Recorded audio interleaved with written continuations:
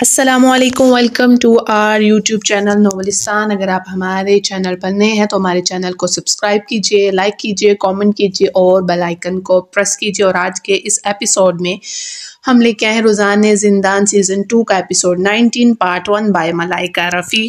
چلتے ہیں اپنے ایپیسوڈ کی طرف۔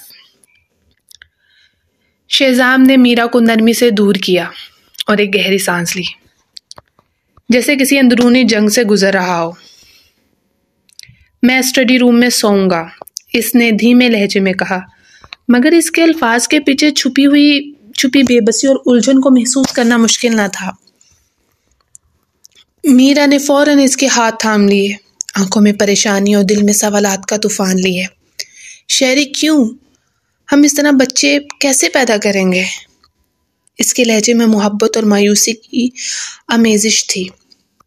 شہزام نے پل بھر کے لیے اپنی آنکھیں بند کی، جیسے خود کو سنبھالنے کی کوشش کر رہا ہو۔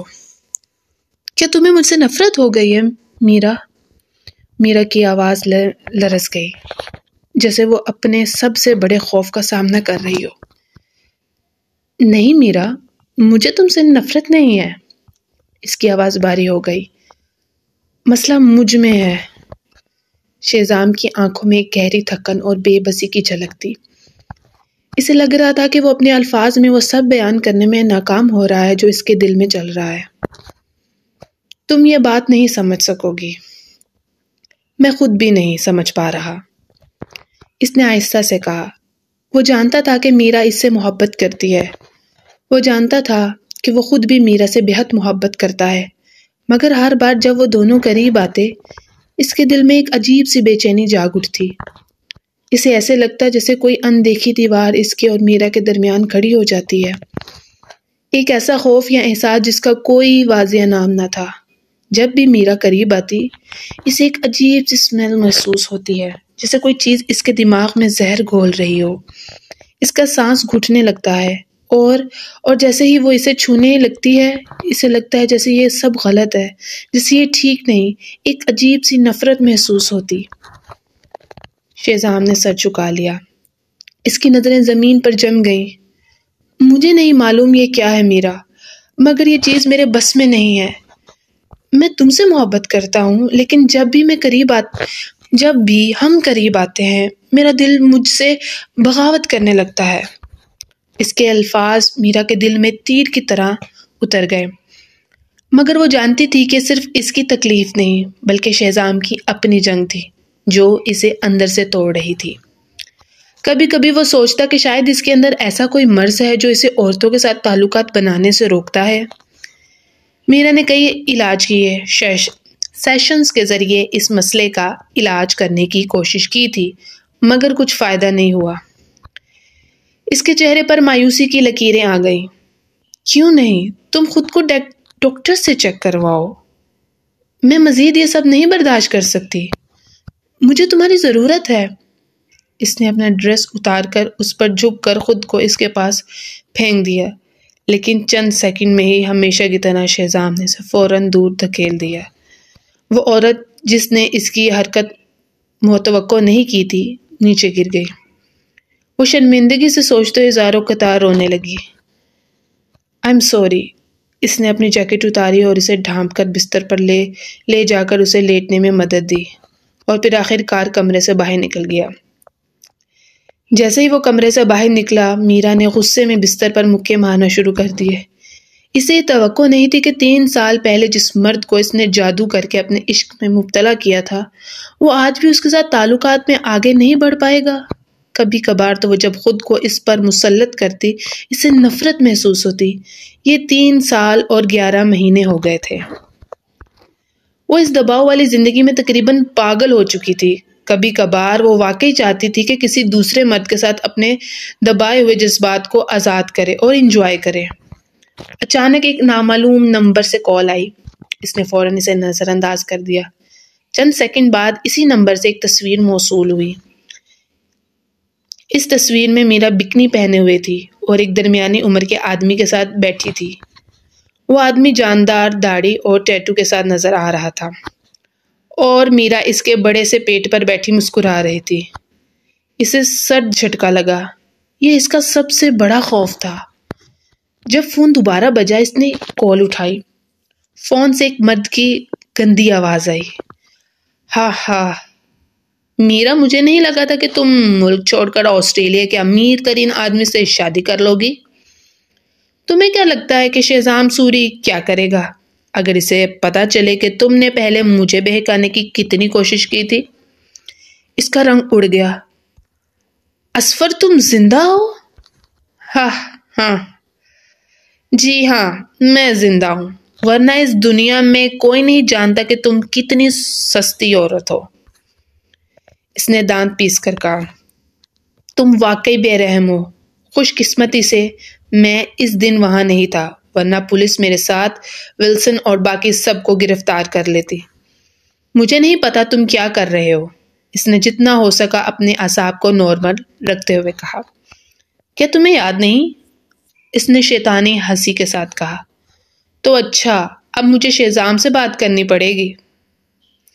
میں اسے بتا دوں گا کہ تم کتنی بے شرم ہو، کہ جب ہم تمہیں پکڑنے آئے تھے تم نے ہم چار کو خوش کرنے کی کتنی کوشش کی۔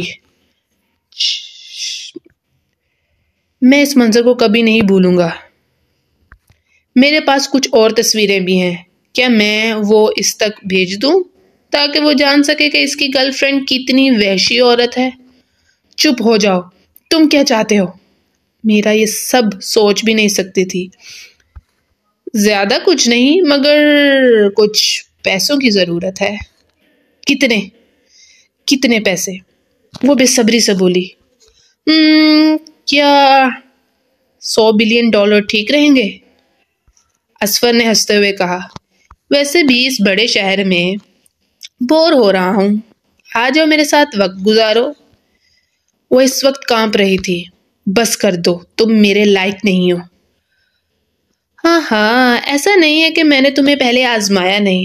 اچھا، میرا اب دھوکہ دینا بند کر دو، میں تمہیں تم سے بہتر جانتا ہوں۔ اس نے پھر شیطانی ہنسی میں کہا، آ جاؤ اور میں وعدہ کرتا ہوں کہ تمہیں خوش کروں گا۔ تم مجھ سے زیادہ چالاک نہ بننا، اگر کچھ برا ہوا تو وہ تصویریں شہزام کے ہاتھ لگ جائیں گی۔ ٹھیک ہے، میں آ رہی ہوں۔ کوئی اور چارہ نہ پا کر میرا نے اپنی آنکھیں بند کر کے رضامندی دے دی۔ وہ کبھی نہیں سوچ سکتی تھی کہ اصفر ابھی تک زندہ ہے۔ وہ سمجھتی تھی کہ اس کا ماضی کبھی کسی کو نہیں پتہ چلے گا۔ میں تمہارا انتظار کروں گا۔ فون کال ختم کرنے کے بعد میرا نے کپڑے بدلے اور سیڑھیاں اترتے ہوئے نیچے آ گئی۔ شہزام فرنچ ونڈو کے سامنے کھڑا تھا۔ اس کی خوبصورت انگلیوں میں جلتا ہوا سگریٹ پھنسا ہوا تھا۔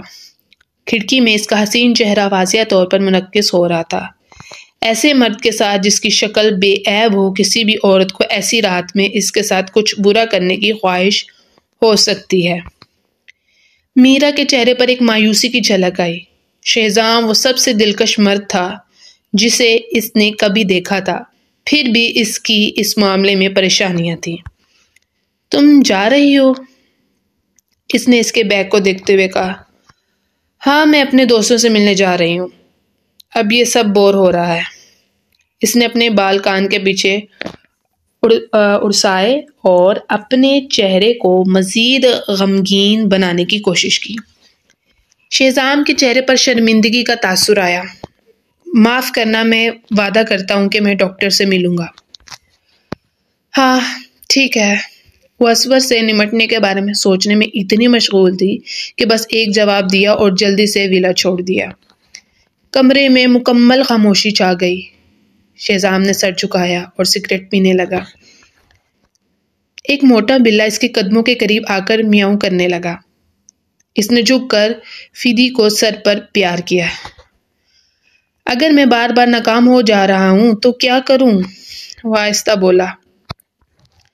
لاشاری خاندان کا ولا۔ صبرین کا فون بجا۔ اس نے باغ میں جا کر کال اٹھائی۔ دوسری طرف سے آواز آئی، میم میرا شیرازی اس کے ذاتی اپارٹمنٹ میں گئی ہیں جو اس نے خفیہ طور پر اپنے نام پر خریدا تھا۔ اصفر بھی وہاں موجود ہے۔ ہم نے جو نگرانی کے کیمرے نصب کیے تھے اب وہ شاید کام نہ آئے۔ یہ سن کر اس کا دل ٹوٹ گیا۔ مجھے لگتا تھا کہ وہ اصفر سے ہوٹل میں ملے گی۔ ایسا لگتا ہے کہ وہ میرے خیال سے زیادہ محتاط ہے۔ کوئی بات نہیں، وہ پہلی ملاقات کے بعد رکنے والے نہیں ہیں۔ جو اہم بات ہے وہ یہ ہے کہ ہمارے جال میں آخر کار پھنس ہی گئی۔ تمہاری بات درست ہے، ان پر نظر رکھو۔ جب وہ باہر نکلیں تو مجھے بتا دینا، ٹھیک ہے؟ فون رکھنے کے بعد عظیم پریشان حال نظر آتے ہوئے آیا۔ سبی لاشاری کارپوریشن کے بہت سے شیئر ہولڈرز نے آج مجھے کال کی۔ وہ چاہتے ہیں کہ میں کل اپنی پوزیشن پر واپس آؤں۔ لگتا ہے کہ انہوں نے عارضی طور پر کریم اور تانیہ کو ان کے عہدوں سے ہٹانے کا فیصلہ کر لیا ہے۔ بابا، بہتر ہوگا کہ ہم لاشاری کارپوریشن کے شیئرز کی قیمت مزید گرنے کا انتظار کریں، ٹھیک ہے؟ انہوں نے فوراً بغیر کسی ہچکچاہٹ کے کہا۔ یہ سن کر وہ کچھ حیران ہوئی۔ بابا بس، ہم یہاں کئی ارب ڈالرز کی بات کر رہے ہیں، وہ مسکراتے ہوئے بولی۔ کوئی فرق نہیں پڑتا، تمہاری خوشی میری سب سے بڑی ترجیح ہے۔ یہ کہہ کر وہ تھوڑا پیچھے لڑکھڑایا۔ صبرین فوراً ان کو سہارا دینے کے لیے ان کے قریب پہنچی۔ بابا کیا ہو رہا ہے؟ شاید بس بڑھاپا ہے، مجھے حال ہی میں ہلکا سر درد محسوس ہو رہا ہے۔ میں سوچتا ہوں کہ حادثے نے واقعی میری صحت پر اثر ڈالا ہے۔ کچھ قدم چلنے کے بعد سانس پھولنے لگتا ہے۔ وہ تلخ مسکراہٹ کے ساتھ بولے، اسی لیے میں نے تانیہ کو جلدی کارپوریشن سونپنے کا سوچا تھا، لیکن افسوس اس کے چہرے پر فکر کا تاثر آیا۔ بابا میں آپ کو کل اسپتال لے کر جاؤں گی تاکہ چیک اپ کروا سکیں۔ ضرورت نہیں، میں یہ ہر سال کرتا ہوں۔ آپ کو میری بات ماننی ہوگی ورنہ مجھے سکون نہیں آئے گا، وہ اصرار کرتے بولی۔ ان کی آنکھوں میں آنسو آ گئے جب انہوں نے اپنی بیٹی کو دیکھا۔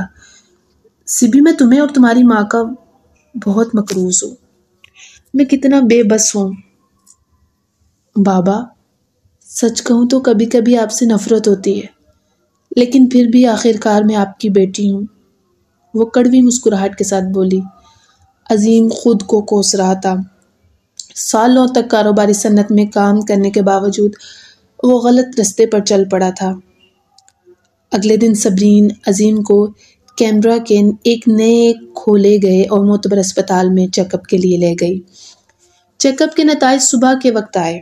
ڈاکٹر نے رپورٹ کو دیکھتے ہوئے چہرے پر تشویش کا اظہار کیا۔ مسٹر عظیم، آپ کے خون میں زہر ہے۔ کیا؟ عظیم حیرت زدہ ہو گیا۔ مگر 3 مہینے پہلے کا چیک اپ تو نارمل آیا تھا۔ ڈاکٹر نے سر ہلایا۔ یہ سلو پوائزن ہے جو کم از کم 2 سال پہلے شروع ہوا تھا۔ کیا آپ کبھی کھانسی اور سر درد اور سینے میں جکڑن محسوس کرتے ہیں؟ ہاں، عظیم نے فوراً سر ہلایا۔ میں نے پہلے ڈاکٹر سے مشورہ کیا تھا، اس نے جسمانی معائنہ کرنے کے بعد کہا تھا کہ یہ حادثے کے اثرات یا عمر کا نتیجہ ہو سکتا ہے۔ مجھے سمجھ نہیں آ رہا کہ وہ ڈاکٹر آپ سے ایسا کیوں کہہ رہا تھا۔ آپ نتائج سے صاف دیکھ سکتے ہیں کہ اگر آپ کو پہلے اس کے بارے میں آگاہ نہ کیا جاتا تو آپ کی صحت شاید 1 سال کے اندر مزید بگڑ جاتی۔ آپ گر کر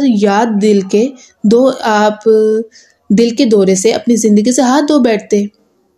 ڈاکٹر نے عظیم کو ہمدردی سے دیکھا جیسے وہ یہ بات کہہ رہا تھا۔ لوگ کہتے ہیں کہ اعلیٰ طبقے کا سماج بے حسی اور پیچیدگیوں سے بھرا ہوتا ہے۔ اب جب کہ ڈاکٹر نے خود یہ دیکھا، وہ سمجھ گیا کہ یہ بات بالکل درست تھی۔ عظیم مایوسی میں ڈوب گیا۔ ڈاکٹر، کیا میرے والد کے جسم سے زہر نکالنا ممکن ہے؟ صبرین نے پوچھا۔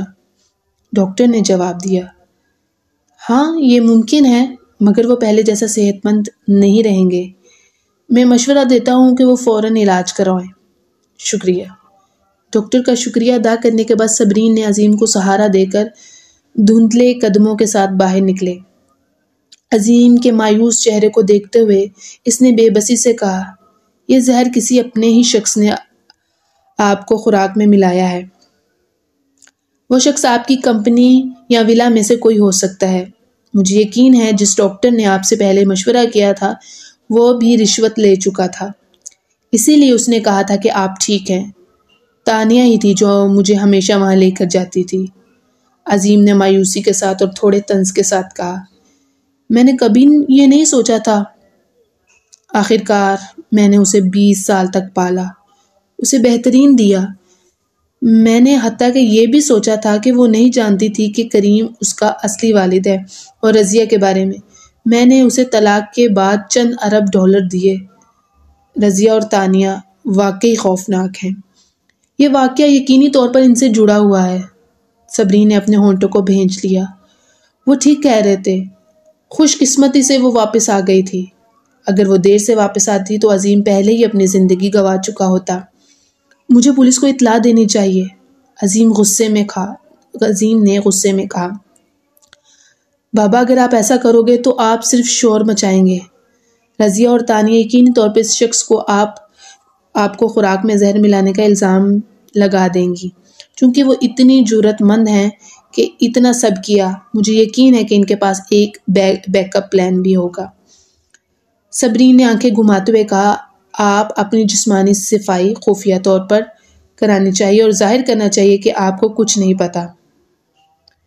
خادمہ اور سیکرٹری پر نظر رکھیں اور یہ معلوم کرنے کی کوشش کریں کہ آپ کی خوراک میں زہر کون ملا رہا ہے۔ پھر آپ اس شخص کو پکڑ سکتے ہو اور رضیہ اور تانیہ سے اعتراف کروا سکتے ہو۔ عظیم آخر کار سمجھ گیا اور اپنی بیٹی کو محبت بھری نظر سے دیکھا۔ سبی تم مجھ سے زیادہ ذہین ہو۔ بابا آپ بہت کائنڈ ہیں اور لوگوں پر بہت زیادہ اعتماد کرتے ہیں۔ صبرین کے لبوں کے کونے پر ایک تلخ مسکراہٹ نمودار ہوئی۔ بہت سے اتار چڑھاؤ سے گزر کر وہ اس اصول کو سمجھ چکی تھی کہ اپنے دشمنوں کے ساتھ مہربانی کرنا خود پر ظلم کرنے کے مترادف ہوتا ہے۔ تم ٹھیک کہہ رہی ہو۔ عظیم نے آہ بھری اور ہمدردی سے سر ہلایا۔ اگر وہ اتنا مہربان نہ ہوتا تو رضیہ سے شادی نہ کرتا اور پھر شہرین کو نقصان نہ پہنچاتا۔ شہرین کے بارے میں سوچ کر ان کا سانس رک گیا۔ عظیم سے مل کر صبرین کو ایک اور کال محسوس ہوئی۔ میرا نکل گئی ہے۔ صبرین نے وقت دیکھا جو 10 بجے تھا۔ یہ تو بہت دیر ہو گئی۔ وہ کافی قابل ہے نا؟ ہاں، دوسری طرف سے آواز آئی۔ مجھے تجسس ہے کہ کیا شہزام اس کی ضرورتوں کو پورا نہیں کر پاتا ہے؟ جب صبرین جو اب جواب دینے والی تھی کہ اچانک لفٹ تیسری منزل پر رک گئی۔ شہزام جو مضبوط جسم کا حامل تھا ہادی کے ساتھ باہر نکلا۔ وہ مردانہ کشش سے بھرپور تھا جو آسانی سے کسی بھی عورت کو اپنی طرف متوجہ کر سکتا تھا۔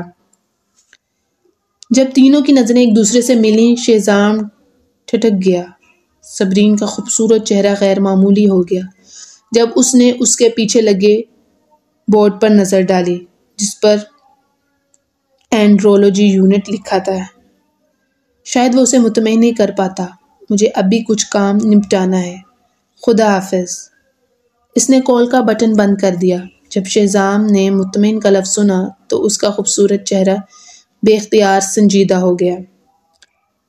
تم کیا دیکھ رہی ہو؟ میں تو بس ہادی کو ڈاکٹر کے پاس لایا ہوں۔ ہادی کو قربانی کا بکرا بنایا گیا تھا اور وہ بے زبان ہو گیا تھا۔ اسے رونا آ رہا تھا۔ اسے کسی بھی معاملے میں قربانی کا بکرا بننے کی پرواہ نہیں تھی، مگر کیا وہ انکار کر سکتا تھا؟ ایک بار جب ہادی نے شہزام کی نظر کا اشارہ دیکھا تو اس نے لاچار ہو کر سر ہلایا۔ ہاں، میں حال ہی میں زیادہ دیر تک وہ بات ادھوری چھوڑ گیا۔ کیا واقعی کوئی باس اپنا اسسٹنٹ کو ڈاکٹر کے پاس لے کر جاتا ہے؟ کیا شہزام اسے بے وقوف بنا رہا تھا؟ صبرین کے حسین سرخ ہونٹوں میں ایک مسکراہٹ تھی۔ میرے پاس اس مسئلے کا حل ہے۔ واقعی؟ کہ تم ڈاکٹر ہو؟ شہزام نے اصرار اور تضحیق کے ساتھ کہا۔ ویاگرلو۔ صبرین نے سر اٹھا کر مسکرا کر کہا۔ ہاں۔ ہادی بے ساختہ ہنسا۔ شہزام نے اسے غصے سے گھورا اور ہادی نے فوراً تکلیف میں کہا، میں نے آزمایا ہے مگر یہ کام نہیں آیا۔ اچھا؟ صبرین نے اپنی گہری نظر شہزام پر مرکوز کی۔ تم مجھے کیوں دیکھ رہی ہو؟ میں نے کبھی نہیں آزمایا۔ شہزام چاہتا تھا کہ وہ اسے لفٹ سے باہر نکال دے۔ میں نے یہ نہیں کہا کہ تم نے یہ آزمایا ہے۔ صبرین کی آنکھوں میں ایک دلکش مسکراہٹ تھی۔ شہزام اس کے حسین چہرے پر مسحور سا ہو گیا۔ اس کے ذہن میں اس کا پہلے کا زخم شدہ چہرہ ابھرا۔ اسے یہ تسلیم کرنا پڑا کہ کوئی بھی مرد اس کی خوبصورتی میں گرفتار ہو سکتا تھا۔ اگر وہ ہمیشہ اس طرح مسکراتی رہتی۔ ایک لمحے بعد صبرین نے کہا، تمہیں اس بیماری کا علاج جلد کرانا چاہیے ورنہ تمہاری گرل فرینڈ کسی اور کو تلاش کر لے گی تاکہ اپنی خواہشات کو پورا کر سکے۔ جب وہ بات کر رہی تھی تو اس کی آنکھوں میں شیزام کے لیے طنزیہ سی چمک تھی۔ کیا تم سمجھتی ہو کہ تمام عورتیں تمہاری طرح بے شرم ہیں؟ شیزام اس کی نظریں دیکھ کر غصے میں آ گیا۔ وہ اپنے جذبات پر قابو نہ پا سکا۔ کیا میں بے شرم ہوں؟ صبرین خود پر انگلی رکھتے ہوئے ہنس دی۔ یہ شیزام کا رویہ تھا، وہ اسے بے شرم کہہ رہا تھا جبکہ خود اس نے اسے دھوکہ دیا تھا۔ ٹھیک ہے، جو بھی ہو، مجھے تم سے بحث کرنے کا کوئی ارادہ نہیں۔ جب لفٹ رکی صبرین سیدھی باہر نکلی۔ جب اس نے دور جاتے ہوئے صبرین کو دیکھا تو مغموم چہرے کے ساتھ ہادی سے کہا، کیمبرا کے اتنے اسپتالوں میں سے تم مجھے یہاں کیوں لائے؟ ہادی نے بے بسی سے کہا، میں آپ کو ڈاکٹر تنویر کے اسپتال لے جانا چاہتا تھا مگر آپ نے انکار کر دیا تھا۔ یہ اسپتال ابھی حال ہی میں کھولا گیا ہے اور یہاں کا اینڈرولوجسٹ آسٹریلیا میں کافی مشہور ہے۔ باہر جاؤ۔ شیزام نے ہادی کو غصے سے گھورا اور لفٹ سے باہر نکل گیا۔ اس سے زیادہ شرمندگی کوئی بات نہیں تھی کہ وہ اینڈرولوجی یونٹ میں اپنی سابقہ بیوی سے ملاقات کرتا۔ لعنت! ایسے صبرین نے اسپتال سے نکلتے ہی فوراً کارپوریشن کا رخ کیا۔ 3 سال بعد فرنٹ ڈیسک پر واقف چہروں کی جگہ نئے چہرے تھے۔ جیسے ہی صبرین اندر قدم رکھتی ہے، ریسیپشنسٹ فوراً رک کر پوچھتی ہے، آپ کون ہیں؟ کیا آپ نے اپائنٹمنٹ لی ہے؟ نہیں۔ صبرین نے اپنی سن گلاسز اتارے اور اپنا خوبصورت چہرہ ظاہر کیا۔ مگر میں آپ کے صدر سے ملنا چاہتی ہوں۔ ریسیپشنسٹ تھوڑی دیر کے لیے ٹھٹکی اور پھر ہنستے ہوئے کہا، آپ ہمارے صدر سے بغیر اپائنٹمنٹ کے کیسے ملنے آ گئی ہیں؟ کیا آپ سمجھتی ہیں کہ ہمارے صدر صرف اچھے کپڑے پہننے والوں سے ملیں گے؟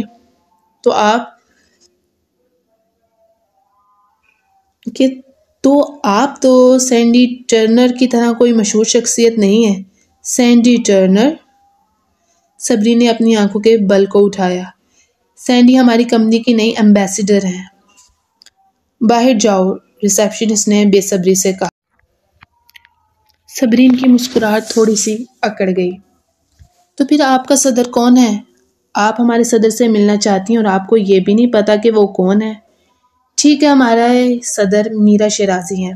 مس میرا پریزیڈنٹ شیزام کی منگیتر ہیں اور بہت جلد صدر کے طور پر کام شروع کر دیں گی۔ ریسیپشنسٹ کی باتوں نے صبرین کی نظریں تیز کر دیں۔ ایک غیر محسوس اتھارٹی کا احساس اس کی شخصیت میں تھا جس کی وجہ سے ریسیپشنسٹ اچانک پریشان ہوگی۔ اسی لمحے پیچھے سے ایک آواز آئی، چیئر وومن صبرین میم۔ صبرین نے مڑ کر پیچھے دیکھا اور اس شخص کو دیکھا جو لگ بھگ 40 سال کا تھا، تھوڑا بے سر و پا اور ہلکے بالوں والا۔ ہاشم، تم اتنے بوڑھے کیوں لگ رہے ہو؟ صبرین کی خوبصورت آنکھیں پھیل گئیں اور وہ حیرانی سے مسکرا دی۔ یہ آپ ہیں چیئر وومن صبرین میم؟ جو خبریں لوگ آن لائن پھیلا رہے ہیں وہ سچ ہیں؟ آپ ابھی زندہ ہو؟ ہاشم نے اسے خوشی سے دیکھا اور اس کی آنکھوں میں نمی آ گئی۔ ہاں، میں زندہ ہوں۔ صبرین نے اس کے سینے پر لگی ٹیگ کو دیکھا اور فکر مند ہو کر کہا، تمہاری پوزیشن صدر کے اسسٹنٹ سے گودام کے مینجمنٹ ایگزیکٹو میں کیوں بدل گئی؟ ہاشم نے غمگین لہجے میں جواب دیا، چیئر وومن صبرین میم، آپ شاید نہیں جانتی کہ جب آپ کو 3 سال پہلے مردہ قرار دیا گیا تھا تو کمپنی کی ملکیت صدر شیزام کو منتقل ہو گئی۔ آخرکار صدر شیزام آپ کے قانونی شوہر تھے۔ اس کے بعد ڈائریکٹر ون اور باقی سب لوگ صدر شیزام کی حمایت حاصل کرنے کے لیے بے چین ہو گئے۔ حقیقت میں ایسے کارپوریشن نے صدر شیزام کی رہنمائی میں بہت اچھا کام کیا ہے اور کمپنی کی مالیت بھی دگنی ہو گئی ہے، لیکن شیزام سر نے 2 سال پہلے میرا کو نیا صدر مقرر کیا اور پھر مجھے ایک نچلے عہدے پر تعینات کر دیا۔ جنرل مینیجر ولف کی حالت اور بھی بدتر ہے، وہ اب صرف ایک سپروائزر ہے۔ ویسے بھی جو لوگ پہلے آپ کے ماتحت کام کرتے تھے ان سب کے عہدے کم کر دیے گئے ہیں۔ اور صدر جعفر کا کیا ہوا؟ صدر جعفر واپس برسبین میں چلے گئے ہیں۔ میرا جانتی ہے کہ آپ کا صدر جعفر کے ساتھ دوستانہ تعلق تھا، اس لیے وہ نہیں چاہتی تھی کہ وہ کمپنی کے معاملات میں ملوث ہوں۔ میں نے سنا ہے کہ حتیٰ کہ اس کا بونس بھی کم کر دیا گیا تھا۔ صبرین کا چہرہ غصے سے بدل گیا۔ اسے یہ توقع نہیں تھی کہ شیزام میرا کو ایسے کارپوریشن کا صدر بنا دے گا۔ ایسے کارپوریشن وہ سب سے اہم وراثت تھی جو صبرین کی ماں نے اسے چھوڑی تھی۔ وہ کیسے میرا جیسی گھناؤنی عورت کو اسے کنٹرول کرنے کی اجازت دے سکتا تھا؟ شیزام، وہ شیزام اب جب کہ واپس آ گئی ہوں، میں تم سے سب کا حساب لوں گی۔ یہ کون ہے ہاشم؟ ریسیپشنسٹ نے اس سے چیئر وومن صبرین میم کے طور پر مخاطب ہوتے ہوئے حیرانی سے پوچھا۔ تم کچھ نہیں جانتی، یہ صبرین یزدانی ہے، اس کمپنی کی چیئر وومن۔ اب وہ واپس آ گئی ہیں۔ ہاشم غصے سے بولا۔ یہ کمپنی اب ان کی ہے۔ ریسیپشنسٹ ششو پنج میں تھی۔ اسی لمحے دروازے سے سیکیورٹی آفیسر کی آواز آئی۔ ہیلو پریزیڈنٹ میرا میم، آپ آ گئی ہیں؟ پریزیڈنٹ میرا میم۔ سب نے اپنی نظریں میرا پر مرکوز کی،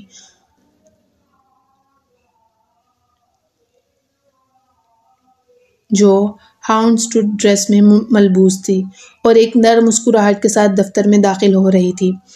اس کے پیچھے ایک عورت تھی جو بظاہر اس کی باڈی گارڈ معلوم ہوتی تھی۔ جیسے ہی میرا کی نظریں صبرین پر پڑی، اس کا خوبصورت چہرہ ٹھٹک گیا۔ دراصل اس نے گزشتہ رات ویڈیو میں صبرین کو پہلے ہی دیکھ لیا تھا، لیکن اسے توقع نہیں تھی کہ وہ حقیقت میں اتنی زیادہ خوبصورت لگے گی۔ اگر کوئی یہ کہے کہ صبرین 20 سال کی ہے تو کوئی بھی یقین کر لے گا۔ میرا نے غیر ارادی طور پر صبرین کا اپنے آپ سے موازنہ کیا۔ چاہے وہ اپنی جلد کا کتنا ہی خیال رکھتی، مگر اس کی آنکھوں کے نیچے چند جھریاں نمایاں ہو چکی تھی، کیونکہ وہ جلد 30 سال کی ہونے والی تھی۔ آخر کار میرا کو یہ سمجھ میں آیا کہ شیزام نے اس وقت صبرین کو کیوں پسند کیا تھا۔ وہ پچھلے چند دنوں سے صبرین کے بارے میں سوچ رہی تھی۔ وہ یہ جان کر حیران ہو گئی کہ صبرین نے چہرے کا علاج کروا لیا تھا۔ اس کے باوجود اس کا کیا فائدہ؟ اب میرا کا شیزام پر مکمل قابو تھا تو صبرین کا کوئی مطلب نہیں تھا۔ اس خیال سے میرا نے اپنے چہرے پر ایک اطمینان بخش مسکراہٹ بکھیر لی۔ اس نے ظاہر کرنے کی کوشش کی کہ وہ صبرین کو نہیں دیکھ رہی اور سیدھا لفٹ کی طرف چل پڑی۔ کہاں جا رہی ہو میرا؟ یہ میرا دفتر ہے نا؟ صبرین نے اچانک میرا کے لمبے بال کھینچ لیے۔ حیرانی کی بات یہ تھی کہ صبرین اپنی امیج کی پرواہ کیے بغیر میرا کو نیچے زمین پر گھسیٹ رہی تھی۔ میرا نے تکلیف سے چلا کر کہا، کیا کر رہی ہو؟ سیاہ لباس والی عورت فوراً حرکت میں اور صبرین پر حملہ کر دیا۔ اوہ، یہ تو حادثہ تھا۔ مجھے تو یہ بھی نہیں توقع تھی کہ اتنی آسانی سے میں اس کے بال نکال سکوں گی۔ صبرین پیچھے ہٹ گئی اور میرا کے بالوں کو ڈھیلا کر دیا۔ اس کے ہاتھوں میں موجود بال پھر زمین پر گر گئے۔ میں تو بس تمہارے گھنے بالوں کی تعریف کر رہی تھی، مگر یہ تو ایکسٹینشن نکلے۔ صبرین، تم نے جان بوجھ کر ایسا کیا۔ ابھی اسے پکڑو ماریا۔ میرا اتنی غصے میں تھی کہ اس کا عموماً نفیس چہرہ مسخ ہو چکا تھا۔ صبرین نے جلد ہی ماریا کو بھی نیچے گرا دیا۔ یہ منظر میرا کے لیے دھچکا تھا۔ ماریا وہ باڈی گارڈ تھی جسے شیزام نے میرا کی حفاظت کے لیے مقرر کیا تھا۔ ان چند سالوں میں صبرین نے کچھ مہارتیں حاصل کر لی تھی جس سے اس نے نمٹنا مشکل ہو گیا تھا۔ کیا تم لیونا کی رکن ہو؟ صبرین نے اپنی بھویں اٹھائیں اور ماریا کی طرف دیکھا جو تیز رفتاری سے اٹھ کر کھڑی ہو گئی۔ کیا تم طارق کو جانتی ہو؟ طارق؟ ماریا نے دانت پیس کر جواب دیا۔ شیزام سوری نے اسے پہلے ہی کسی اور کام پر تعینات کر دیا ہے۔ وہ کئی سالوں سے واپس نہیں آیا۔ صبرین کو سمجھ میں آیا کہ شیزام نے ماریا کو میرا کی حفاظت کے لیے مقرر کیا تھا، جیسے اس نے طارق کو اس کی حفاظت کے لیے مقرر کیا تھا۔ جب بات عورتوں سے نمٹنے کی ہو تو وہ ایک بار بھی نہیں بدلا تھا۔ میرا کے قابل باڈی گارڈ کو نیچے دبے ہوئے دیکھ کر ریسیپشنسٹ نے حیرت سے پوچھا، پریزیڈنٹ میرا، کیا آپ کو پولیس کو کال کرنا چاہیے؟ جی ہاں، صبرین فوراً اس خیال کے ساتھ آگے بڑھی۔ میں بھی پولیس کو بتانا چاہتی ہوں کہ کوئی میری کمپنی پر قابض ہے۔ قابض؟ میرا نے کہکا لگا صبرین پر تنقید کی۔ SA کارپوریشن اب شیزام کی ملکیت ہے اور اس نے خود مجھے صدر مقرر کیا ہے۔ سچ کہوں تو تم دراصل مر چکی ہو صبرین۔ صبرین نے اپنی آنکھیں چپکائیں۔ میں کیسے مر چکی ہوں؟ چونکہ حکومت نے ابھی تک میری موت کا سرٹیفکیٹ جاری نہیں کیا، میں اپنی ملکیت کا دعویٰ کرنے کے لیے اہل ہوں۔ ویسے شہزام ابھی بھی میرے شوہر ہیں، تو تم دراصل اس کی قانونی بیوی کی کمپنی پر قابض ہو۔ بالکل درست کہا چیئر وومن صبرین میم۔ ہاشم فوراً تالی بجا کر بولا، واقعی یہ سب سے زیادہ سنگ دل اور بے خوف محبت کرنے والی عورت ہے جسے میں نے کبھی دیکھا ہے۔ یہ تو تمہاری جاہلیت کو ظاہر کرتا ہے۔ پہلے یہ محبت کرنے والی عورت مجھے ذہنی طور پر بیمار قرار دیتی تھی اور شہزام کو مجھے نفسیاتی ہسپتال بیچنے پر مجبور کر دیتی ہے۔ صبرین نے افسوس کے ساتھ کہا، یہ تقریباً دوپہر کا وقت تھا۔ ملازمین نے نیچے کھانے کے ہال میں جمع ہونا شروع کر دیا تھا۔ صبرین کے الفاظ سن کر سب کی آنکھوں میں حیرت اور تجسس کی لہر دوڑ گئی اور انہوں نے میرا کو عجیب نظروں سے دیکھا۔ اوہ خدایا، یہ بہت ظالمانہ ہے۔ صبرین، اگر تم نے مزید تبصرہ کیا تو میں تمہیں بدنام کرنے پر مقدمہ دائر کروں گی۔ جو کرنا ہے کرو۔ میں آج یہاں اپنی کمپنی کو دیکھنے آئی ہوں۔ کل میں ایک جنرل میٹنگ منعقد کروں گی۔ میں تمام شیئر ہولڈرز کو یہاں بلا کر انہیں اس بارے میں آگاہ کروں گی۔ صبرین نے اپنی انگلی سے میرا کی طرف اشارہ کیا جس کے ناخن پر سرخ نیل پالش لگی ہوئی تھی۔ تمہارے لیے تم وہ پہلی شخص ہو جسے میں نکالوں گی۔ میرا نے ایسا رد عمل دیا جیسے اس نے کوئی مذاق سنا ہو۔ وہ جھک کر ہنسی اور مسکراتی آنکھوں سے کارپوریشن ایسے سے اسے دیکھنے لگی جیسے سیٹ پر براجمان تھی۔ میرا نے صوفے پر ٹانگ رکھتے ہوئے ایک زہریلی مسکراہٹ کے ساتھ صبرین کی طرف دیکھا۔ اس کے چہرے پر نفرت اور تکبر واضح تھا۔ تمہیں لگتا ہے صبرین کہ تم یہاں کچھ تبدیل کر سکتی ہو؟ یاد رکھو، میں نے تمہیں شہزام کی زندگی سے ایسے نکالا تھا جیسے کوڑا باہر پھینک دیا جاتا ہے، اور یقین کرو تمہیں اس کمپنی سے بھی اسی طرح نکال باہر پھینکوں گی۔ اگر میں نے تمہیں تباہ و برباد نہ کر دیا تو میرا نام میرا نہیں۔ صبرین نے پرسکون انداز میں میرا کی آنکھوں میں دیکھتے ہوئے کہا، شہزام کی زندگی سے نکلنا میرا فیصلہ تھا۔ میرا تمہیں اپنی جیت کا گمان ہو سکتا ہے، لیکن حقیقت یہ ہے کہ میں اپنی مرضی سے پیچھے ہٹی تھی، اور یہاں تک کہ اس کمپنی کا تعلق ہے، یہ میرا گھر ہے اور گھر کے دروازے مہمانوں کے لیے بند نہیں کیے جاتے، لیکن غیر ضروری وجود کو نکالنا میری عادت ہے۔ میرا کی مسکراہٹ لمحے بھر کے لیے غائب ہو گئی، لیکن وہ فوراً سنبھلی۔ اس نے اپنی آواز کو اور زیادہ سخت بناتے ہوئے کہا، گھر؟ تم اسے اپنا گھر کہتی ہو؟ یہ گھر نہیں، میدان جنگ ہے، اور میں اس میدان کی فاتح ہوں۔ تم جتنی مرضی کوشش کر لو صبرین، یہاں کوئی تمہارے ساتھ کھڑا نہیں ہوگا۔ یہ لوگ میری طاقت کو جانتے ہیں اور میری وفاداری پر یقین رکھتے ہیں۔ تمہارے لیے یہاں کوئی جگہ نہیں۔ صبرین نے ہلکے سے ہنستے ہوئے کہا، طاقت؟ وفاداری؟ میرا تمہیں لگتا ہے یہ لوگ تمہارے وفادار ہیں؟ یہ لوگ صرف وقت کے وفادار ہیں، اور جب وقت بدلے گا تو ان کے رخ بھی بدل جائیں گے، اور تمہارے غرور کا قلعہ اسی وقت ڈھہ جائے گا۔ میرا غصے سے لرزنے لگی، لیکن اس نے اپنے وقار برقرار رکھتے ہوئے کہا، یہ میرا قلعہ ہے اور یہاں تم جیسی شکست خوردہ عورتوں کے لیے کوئی جگہ نہیں۔ میں تمہیں یاد دلاتی چلوں کہ تمہارے خواب ہمیشہ ٹوٹتے رہیں گے صبرین۔ تمہارے لیے یہی کافی ہوگا کہ میں تمہیں ہر روز نیچا دکھاؤں گی اور تمہیں یاد دلاؤں گی کہ جنگ تمہارے لیے کبھی ممکن نہیں تھی۔ صبرین نے اپنی جگہ سے اٹھتے کہا، جنگ تو تب ہوگی میرا جب تمہارے پاس اس کے اصول ہوں گے، اور یاد رکھو کہ جنگ صرف وہی جیتتا ہے جس کے پاس سچائی ہو۔ میں نے ماضی میں تمہیں نظر انداز کیا تھا، لیکن اب میں وہی ماضی لے کر تمہارے غرور کو توڑنے کے لیے تیار ہوں۔ یہ کہہ کر صبرین نے ایک مضبوط قدم آگے بڑھایا اور دروازے کی طرف چل دی۔ میرا کی آنکھوں میں غصہ اور بے بسی تھی، لیکن وہ اپنے چہرے پر مسکراہٹ کا نقاب اوڑھے کھڑی رہی۔ دیکھنا صبرین، تمہارے ہر خواب کو میں اپنی قدموں کے نیچے رون دوں گی، یہ میرا وعدہ ہے۔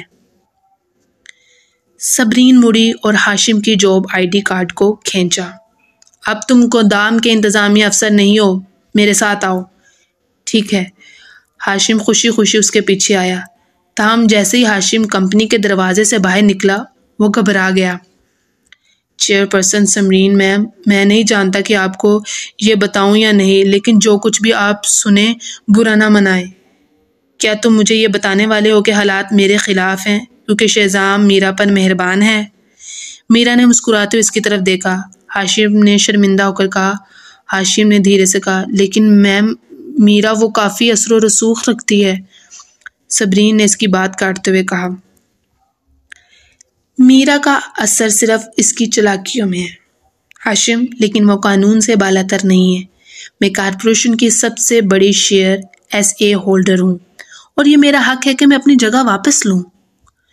یہ کہتے ہوئے صبرین نے کچھ لمحے خاموشی اختیار کی، لیکن اس کی خاموشی میں بہت کچھ چھپا ہوا تھا۔ ہاشم اس کو دیکھتے ہوئے سوچنے لگا کہ وہ عورت جو بظاہر اتنی مضبوط لگتی ہے در حقیقت کتنی ٹوٹی ہوئی ہے۔ آپ حیرت انگیز ہیں صبرین میم۔ صبرین نے ہاشم کی بات سن کر ہلکا سا کہکا لگایا، جیسے وہ کسی پرانی یاد کو جھٹک رہی ہو۔ ہاشم، شہزام اور میرا دونوں ایک دوسرے کے لیے بالکل موزوں ہیں۔ دو دھوکے باز لوگ جو اپنے فائدے کے لیے دوسروں کے جذبات سے کھیلتے ہیں، وہ ایک دوسرے کو ہی ڈیزرو کرتے ہیں۔ ہاشم نے الجھن سے پوچھا، میم لیکن آپ کو واقعی شہزام کی کوئی پرواہ نہیں؟ صبرین کے ہونٹوں پر ایک طنزیہ مسکراہٹ ابھری۔ اس نے اپنی نظریں سامنے دروازے پر جما کر کہا، شہزام، اس کی پرواہ؟ وہ میرا ماضی تھا ہاشم، ایک ایسا ماضی جو میں خود اپنے پیچھے چھوڑ آئی ہوں۔ شہزام اب میرا مسئلہ نہیں ہے اور نہ ہی کبھی ہو سکتا ہے، ہاشم نے حیرانی سے کہا۔ لیکن میم شہزام تو، صبرین نے اس کی بات کاٹتے ہوئے کہا، شہزام نے میرا کا انتخاب کیا۔ میرا جیسی عورت کے ساتھ وہی رہ سکتا ہے جو خود اندر سے کھوکھلا ہو۔ ہاشم، میں نے اپنی زندگی ان جیسے لوگوں پر ضائع کرنے کے لیے نہیں بنائی۔ مجھے شہزام کی پرواہ نہیں، نہ اس کی خوشیوں کی اور نہ اس کے دکھ کی۔ وہ جو چاہے کرے، لیکن یہ یاد رکھو کہ وہ میرا ماضی ہے اور میں ماضی میں رہنے والی نہیں ہوں۔ یہ کہتے ہوئے صبرین نے تھوڑا جھک کر ہاشم کی طرف دیکھا اور مسکرا کر کہا، ہاشم، جو شخص اپنی زندگی میں سچائی کو سمجھنے کے قابل نہ ہو وہ ہمیشہ دھوکے ہی کماتا ہے۔ شہزام اور میرا کا انجام بھی یہی ہوگا۔